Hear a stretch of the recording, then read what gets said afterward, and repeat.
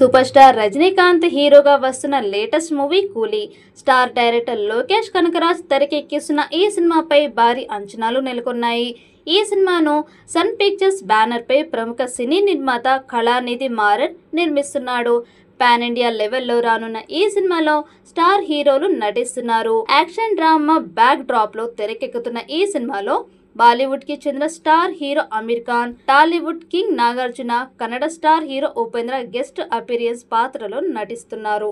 దీంతో ఈ మూవీ కోసం కేవలం రజనీకాంత్ అభిమానులు మాత్రమే కాదు, కోలీవుడ్, టాలీవుడ్ మొత్తం ఎంతో ఆతృతగా ఎదురు చూస్తోంది.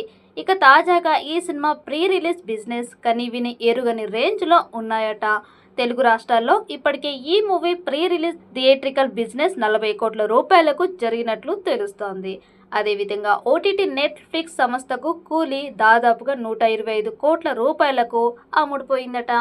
Satellite rights, audio rights, Hindi theatrical rights ఇలా అన్ని కలిపి దాదాపు 200 కోట్ల రూపాయల బిజినెస్ జరిగిందని సమాచారం. ఇక తమిళ వెర్షన్ థియేట్రికల్ రైట్స్ అయితే ప్రపంచవ్యాప్తంగా 350 కోట్ల రూపాయలకు అమ్ముడుపోయింది టాక్. అలా ఓవరాల్ గా చూసుకుంటే ఈ సినిమాకు విడుదలకు ముందే దాదాపుగా 750 కోట్ల రూపాయల బిజినెస్ జరిగిందట. కోలీవుడ్ లో ఇది ఆల్ టైమ్ ఇండస్ట్రీ రికార్డుగా చెప్పొచ్చు. తెలుగులో ఈ మూవీ థియేట్రికల్ రైట్స్ ని నాగవంశి దక్కించుకున్న సంగతి తెలిసిందే.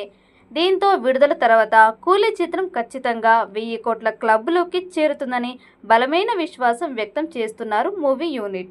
హీరోయిన్ పూజా హెగ్డే ఈ సినిమాలో ఓ స్పెషల్ సాంగ్ లో కనిపించబోతున్నారు.